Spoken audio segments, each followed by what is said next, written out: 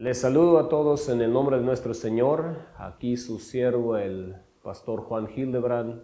Aquí queremos continuar con el tema de las lenguas. Esta es la tercera lección. En esta lección quiero hablar sobre el capítulo de 1 de Corintios 14. Y quiero darles unos puntos para ayudarles cómo entender este capítulo. Quiero que entiendan o se acuerden de lo que yo he dicho ya en las anteriores lecciones. Ahora quiero ver principalmente 1 de Corintios capítulo 14. Aquí ya hemos visto en la otra lección de Hechos capítulo 2, y yo reconozco que hay muchos detalles de cuales no hemos entrado, pero lo que estamos haciendo en estos videos cortos, estamos dando una dirección para cualquiera que quiera leer y quiera estudiar, para que tengan una guía cómo entender la Biblia.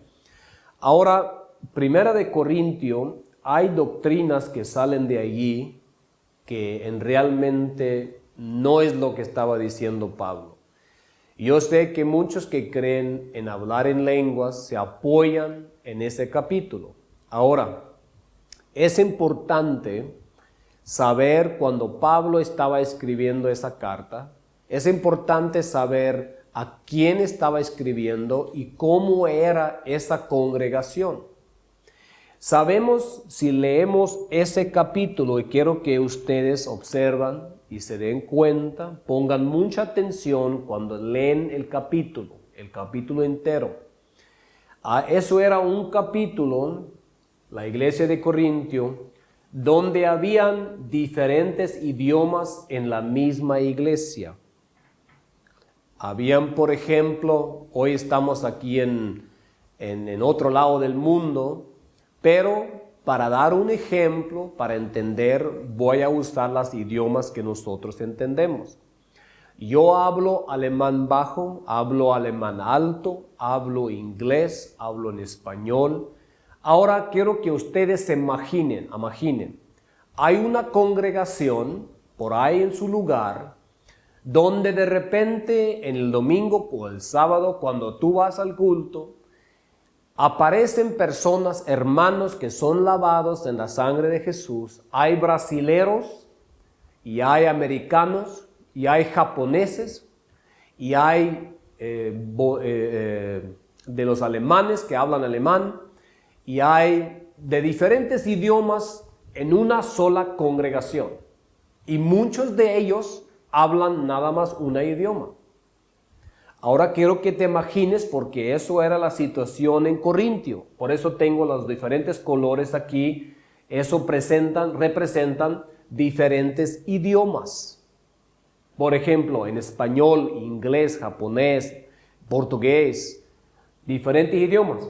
Ahora quiero que leen ese capítulo con ese entendimiento, para que entiendan. Cuando ellos se reunieron, había una confusión entre ellos.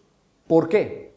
Porque uno oraba, hablaba, testificaba, cantaba, profetizaba, predicaba en un idioma, y otras personas no entendían lo que esta persona estaba hablando, o predicando, o cantando.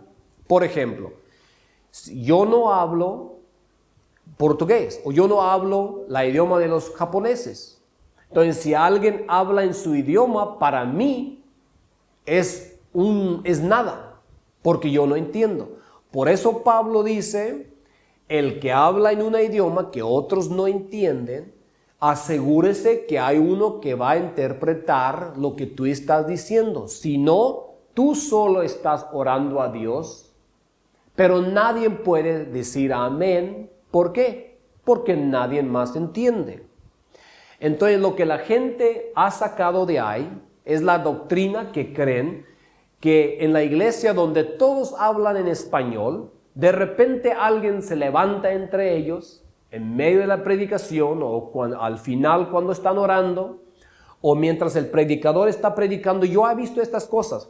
Hay una congregación donde todos son españoles o alemanes, y de repente empieza a tartamudar en otro idioma que ni la persona entiende.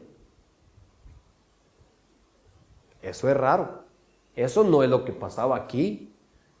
Pero aquí habían personas quien realmente hablaban otros idiomas. Por ejemplo, español, inglés, portugués, cualquier otro idioma. Pero ahora hay congregaciones donde todos son de la misma idioma y de repente empiezan a hablar en algo tan diciendo, ni son palabras lo que están diciendo. Es una, ¿cómo lo digo? Son un jibber jabber, like, no es nada lo que están diciendo. Y nadie de ellos entiende lo que están diciendo. Yo he visto eso.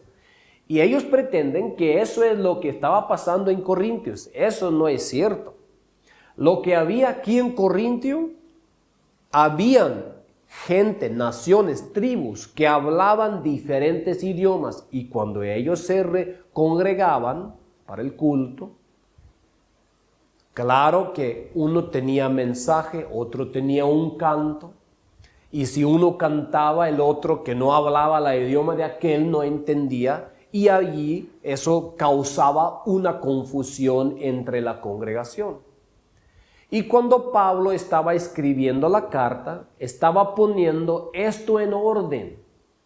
Entonces, es muy simple entender eso. Y por eso Pablo está escribiendo en ese capítulo que las lenguas es un señal. ¿Pero de qué era señal? Hoy en día dicen que el señal que tú estás lleno del Espíritu Santo es cuando tú empiezas a hablar en esta idioma angélica, por decir. Eso no era el señal. El señal de cual Pablo estaba hablando era el señal que el profeta Isaías profetizó en aquel tiempo, que iba a venir un tiempo donde Dios iba a hablar a este pueblo con otras lenguas. Y ahora Pablo, entendiendo la profecía, estaba escribiendo a los corintios y dijo, la lengua o los idiomas son un señal que el día evangélico había llegado, donde Dios estaba hablando a cada nación y el evangelio era predicado en el idioma de todas las naciones. Y que ellos representaban la profecía del Antiguo Testamento del profeta Isaías, mucho antes llegó el Nuevo Testamento. Ahora, yo les di una lección muy corta. Ahora quiero que tú leas ese capítulo con este entendimiento que yo le di. Y quiero que tú te des cuenta, si tú conoces, tienes un amigo que está por ahí involucrado en un grupo que hace esto, lo que yo dije, donde hay puros españoles o puro mexicano, todos hablan la misma idioma y de repente el predicador empieza en otro idioma. Pregúntale, ¿de dónde sacas tú eso? Pues de Hechos 2, allí no había nada. Cada quien entendía lo que ellos decían. Pero de Primera de Corintios, pues allí también había muchos idiomas que no se entendían, pero eran idiomas, eran tribus que traían su idioma, igual que yo, igual que tú. Entonces esto es muy diferente a lo que enseñan sobre este capítulo.